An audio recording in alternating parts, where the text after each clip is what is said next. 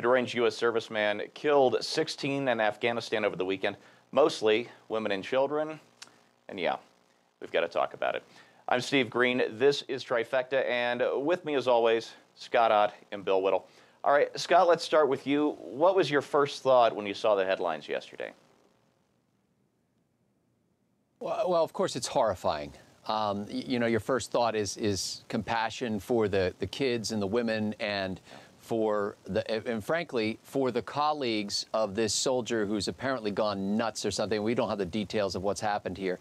But, it's one of those deals where this becomes the brand of the American military around the world. I mean, despite the fact that we've got hundreds of thousands of troops serving around the world, doing things both heroic and routine on a daily basis with excellence, with commitment, with devotion to country, with compassion even for the people in countries where they are hated, this becomes the picture in the minds of so many on the left, among our enemies, and even among some of our friends who don't have the courage to stand up and say, wait a minute, this is a freak occurrence, and America will do the right thing, will do justice with this person.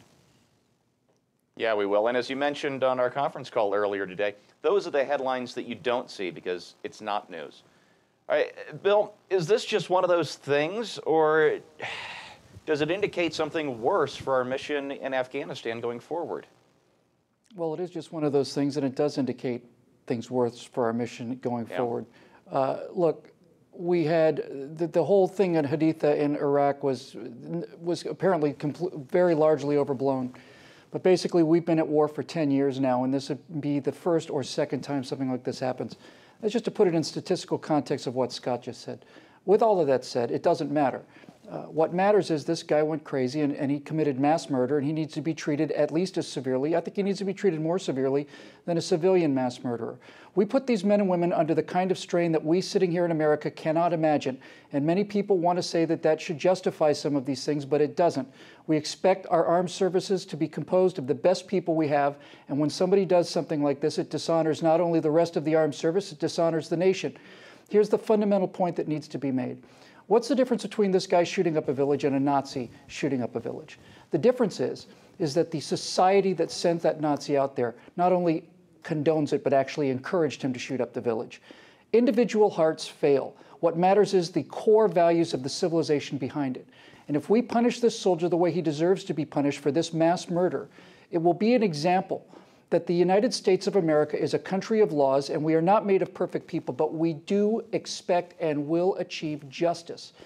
And in a society where people are gunned down in the streets every single day, somebody being brought to justice may actually be a more important lesson than anything else that you could possibly show these people. Indeed. Scott, as Bill said, it has been 10 years longer now. And it's no Vietnam, but it's not looking very good over there right now, is it?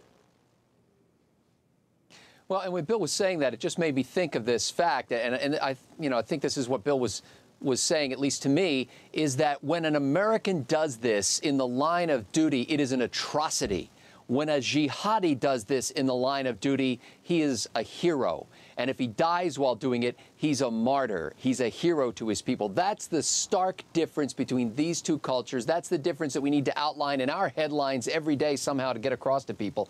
I don't know what we're trying to accomplish at this point in Afghanistan, but that's not to say that because I don't know, there's no good reason for us to be there. I have a little bit of humility about this to say, you know what, the generals and the guys on the ground there know a lot better than I do what they're trying to accomplish and how that they can accomplish it. And all I want is for the White House to give them the tools they need to get the job done.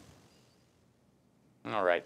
And you know what, Bill, Scott just raised an important point. I asked you a minute ago about our mission, but I think I'm a little confused still about what it's supposed to be. What is our mission over there now?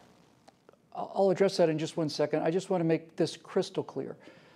Nobody sitting here in this country in judgment of this man understands the kind of stress that our soldiers are over there. I think only other people who have been in theater fully understand the stresses and fully understand what it takes to withstand those stresses. So I want to just be clear as I possibly can be about that. I'm not sitting in judgment of this man. Obviously, his fellow soldiers will sit in judgment of him, and that's appropriate.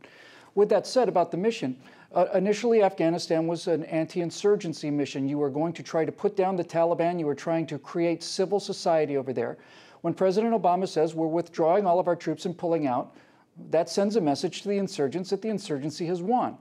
Now, when you make that decision, you're reduced from going to a counterinsurgency nation-building mission to a counterterrorism mission, which means essentially that we're not going to give a damn really what the Taliban does in Afghanistan or what Hamid Karzai does.